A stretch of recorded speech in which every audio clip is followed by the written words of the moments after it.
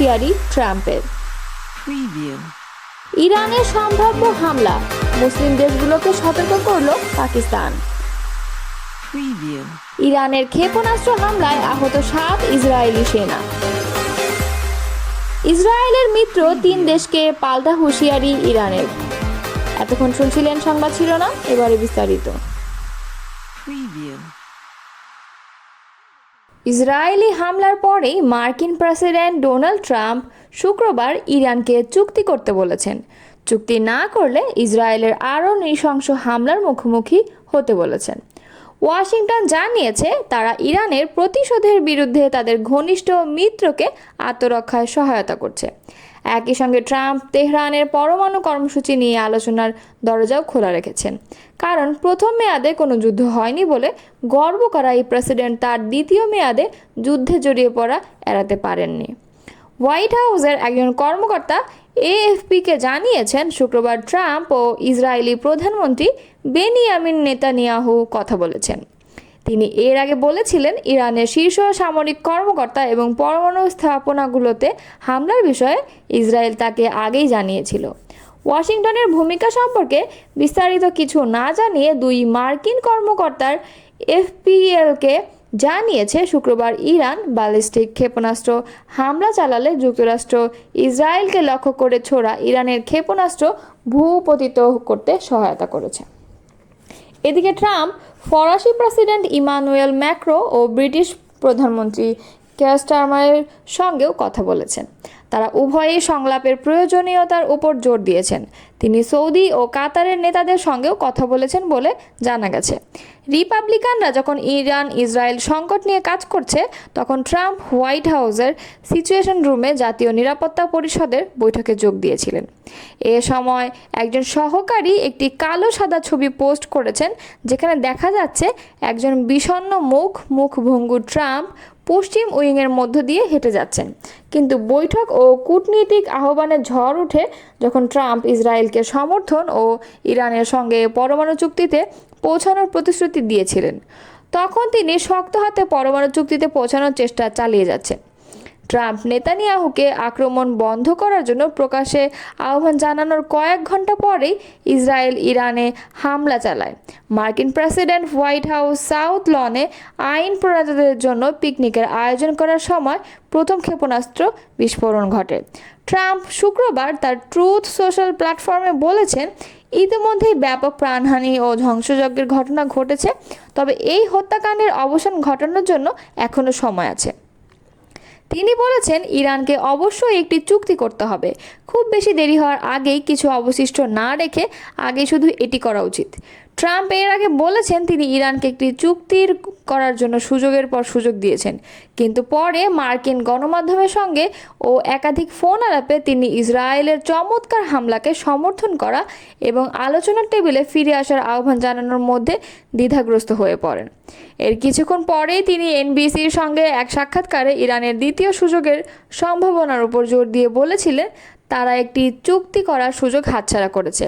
এখন তাদের আরেকটি সুযোগ থাকতে পারে, দেখা যাক। ইসরায়েলের সঙ্গে ইরানের চলমান সংঘাতের প্রেক্ষাপটে তেহরানের প্রতি পূর্ণ সমর্থন জানিয়েছে পাকিস্তান।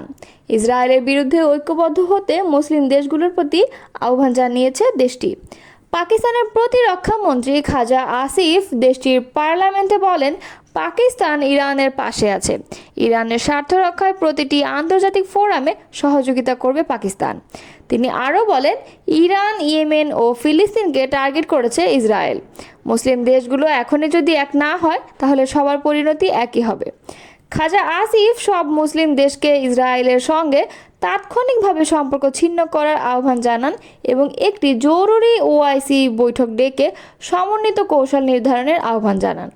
তিনি বলেন, পাকিস্তানের সঙ্গে ইরানের গভীর সম্পর্ক রয়েছে এবং এই কঠিন সময়ে ইসলামাবাদ তেহরানের পাশে আছে। এদিকে পাকিস্তানের উপপ্রধানমন্ত্রী ও পররাষ্ট্রমন্ত্রী ইসহাক দার ইরানে ইসরায়েলি হামলাকে ইরানের সার্বভৌমত্বের নির্লজ্জ লঙ্ঘন বলে মন্তব্য করেছেন। প্রসঙ্গত, গতকাল শুক্রবার ভোরের দিকে ইসরায়েলি সামরিক বাহিনী বিমান ও ড্রোন ব্যবহার করে ইরানের বেশ কিছু গুরুত্বপূর্ণ সামরিক ও পারমাণবিক স্থাপনায় হামলা চালায়। এই হামলায় ইরানের সশস্ত্র বাহিনীর প্রধানসহ পারমাণবিক কর্মসূচির সঙ্গে সংশ্লিষ্ট অন্তত 9 বিজ্ঞানী আহত হয়েছেন। শনিবার ইসরায়েলি সেনাবাহিনীর এক বিবৃতিতে বলা হয়েছে, ইরানের পরমাণু প্রকল্পে যুক্ত 9 জন শীর্ষস্থানীয় বিজ্ঞানী ও বিশেষজ্ঞকে হত্যা করেছে ইসরায়েলি বাহিনী। অন্যদিকে জাতিসংঘে নিযুক্ত ইরানের রাষ্ট্রদূত বলেছেন, ইসরায়েলি হামলায় এখন পর্যন্ত ইরানের কমপক্ষে 78 জন নিহত এবং 320 জনেরও বেশি আহত হয়েছেন। ইসরায়েলি হামলার প্রতিশোধে ইসরায়েলের বাণিজ্যিক রাজধানী তেল আবিব সহ গুরুত্বপূর্ণ অন্যান্য শহরে ড্রোন ও ব্যালিস্টিক ক্ষেপণাস্ত্র হামলা চালিয়েছে ইরান। ইসরায়েলের মধ্যাঞ্চলে রাতভর ইরানের ক্ষেপণাস্ত্র হামলায় অন্তত 7 সৈন্য আহত হয়েছেন বলে জানিয়েছে ইসরায়েলি সেনাবাহিনী। শনিবার ইসরায়েলের সেনাবাহিনীর একজন মুখপাত্র এই তথ্য জানিয়েছেন। ইরানের সামরিক ও পারমাণবিক স্থাপনায় ইসরায়েলের হামলার জবাবে ইরানের হামলায় ওই সৈন্যরা আহত হয়েছেন বলে ইসরায়েলি সামরিক বাহিনীর বিবৃতিতে জানানো হয়েছে। ইসরায়েলের বাণিজ্যিক নগরী তেল আবিবে ইরানের ক্ষেপণাস্ত্র হামলায় বেশ কিছু ভবন ও সামরিক স্থাপনা ক্ষতিগ্রস্ত হয়েছে। তেল আবিবে ইসরায়েলের প্রতিরক্ষা মন্ত্রণালয় ও সেনাবাহিনীর প্রধান কার্যালয় অবস্থিত। এর আগে শুক্রবার ভোরের দিকে ইসরায়েলি সামরিক বাহিনী বিমান ও ড্রোন ব্যবহার করে ইরানের বেশ কিছু গুরুত্বপূর্ণ সামরিক ও পারমাণবিক স্থাপনায় হামলা চালায়। এই হামলায় ইরানের সশস্ত্র বাহিনীর প্রধান সহ পারমাণবিক কর্মসূচির সঙ্গে সংশ্লিষ্ট অন্তত 9 বিজ্ঞানী নিহত হয়েছেন। শনিবার ইসরায়েলি সেনাবাহিনীর এক বিবৃতিতে বলা হয়েছে, ইরানের পরমাণু প্রকল্পে যুক্ত 9 জন শীর্ষস্থানীয় বিজ্ঞানী ও বিশেষজ্ঞকে হত্যা করেছে ইসরায়েলি বাহিনী। অন্যদিকে জাতিসংঘে নিযুক্ত ইরানের রাষ্ট্রদূত বলছে, ইরানের হামলায় এখন পর্যন্ত ইরানে কমপক্ষে 78 জন নিহত ও 320 জনের বেশি আহত হয়েছে। ইসরায়েলি হামলার প্রতিশোধে ইসরায়েলের বাণিজ্যিক রাজধানী তেল আবিব সহ গুরুত্বপূর্ণ অন্যান্য শহরে ড্রোন ও ব্যালিস্টিক ক্ষেপণাস্ত্র হামলা চালিয়েছে ইরান। ইরানের ছোড়া ক্ষেপণাস্ত্র ও ড্রোনের আঘাতে জেরুজালেম ও তেল আবিবের বেশ কিছু স্থাপনা ধ্বংসস্তূপে পরিণত হয়েছে। মধ্যপ্রাচ্যে ইসরায়েল ও ইরানের মধ্যে চলমান সংঘাত আরও বিস্তৃত রূপ নিতে পারে বলে আশঙ্কা করা হচ্ছে। ইসরায়েলি হামলার জবাবে ইরান এখন কেবল ইসরায়েল নয়, বরং ইসরায়েলকে সহায়তা দেওয়া পশ্চিমা শক্তিগুলোকেও সরাসরি হুমকি দিচ্ছে। তেহরান জানিয়েছে, যুক্তরাজ্য ও ফ্রান্স এই 3টি দেশের মধ্যপ্রাচ্যে থাকা সামরিক ঘাঁটি ও যুদ্ধজাহাজ ইরানের প্রতিশোধের লক্ষ্যবস্তুতে পরিণত হতে পারে। ব্রিটিশ সংবাদ মাধ্যম দ্য গার্ডিয়ানের প্রতিবেদনে বলা হয়েছে, ইরান বলছে তাদের প্রতিশোধমূলক ক্ষেপণাস্ত্র ও ড্রোন হামলা মোকাবেলায় যুক্তরাজ্য ও ফ্রান্স ইসরায়েলকে সহায়তা করলে এই অঞ্চল জুড়ে তাদের যে সামরিক ঘাঁটি ও জাহাজ রয়েছে সেগুলোই হামলা করা হবে। শুক্রবার মধ্যরাতে ইসরায়েল তেহরানে একটি বড়সড় বিমান হামলা চালায়। এতে আবাসিক ভবনে হামলার ফলে অন্তত 60 জন নিহত হন, যাদের মধ্যে 20 জন শিশু। এছাড়া ইরানের গুরুত্বপূর্ণ বিমান ঘাঁটি ও একটি হ্যাঙ্গারও আক্রান্ত হয়।